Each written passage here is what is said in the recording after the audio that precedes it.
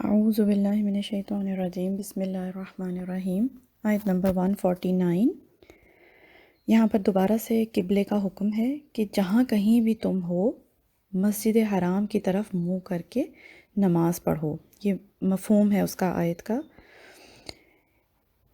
بار بار repetition ہوگی اس آیت کی، اور بار بار جب ریپیٹیشن ہوتی ہے کسی چیز کی تو اس کا کیا مطلب ہوتا ہے؟ یہی کہ لوگوں کو تمہارے خلاف بات کرنے کا موقع نہ ملے، کہ مسلمان جو ہیں وہ جب عبادت کرتے ہیں تو کبھی کسی طرف منہ کر کے کرتے ہیں، کبھی کسی طرف۔ آپ خود سوچیں، دن میں 5 دفعہ سب مسلمان، چاہے کوئی امریکہ میں ہے، چاہے کوئی افریقہ میں ہے، چاہے کوئی یورپ میں ہے، کوئی ایشیا میں ہے، جہاں کہیں مسلمان ہوتے ہیں وہ دن میں 5 دفعہ اپنی ڈائریکشن قبلہ کی طرف کر لیتے ہیں۔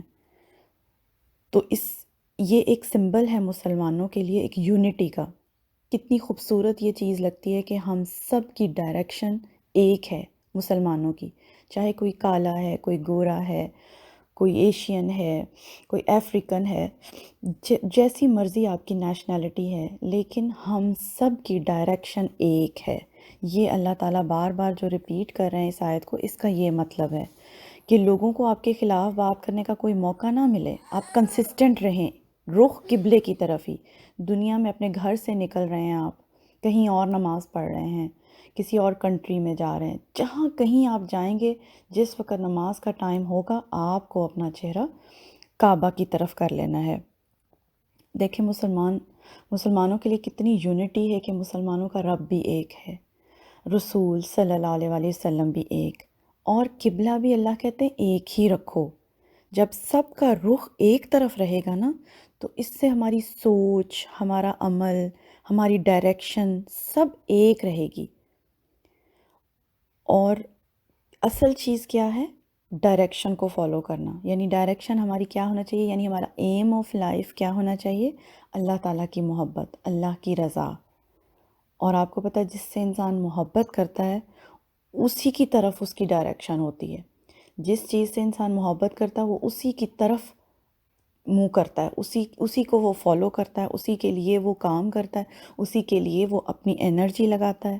ہم سب کے کوئی نہ کوئی شوق ہیں، ہابیز ہیں۔ جیسے جن بچوں کو فٹ بال کھیلنے کا شوق ہوتا ہے یا کرکٹ کھیلنے کا شوق ہوتا ہے، ان کی ساری توجہ کس طرف ہوتی ہے؟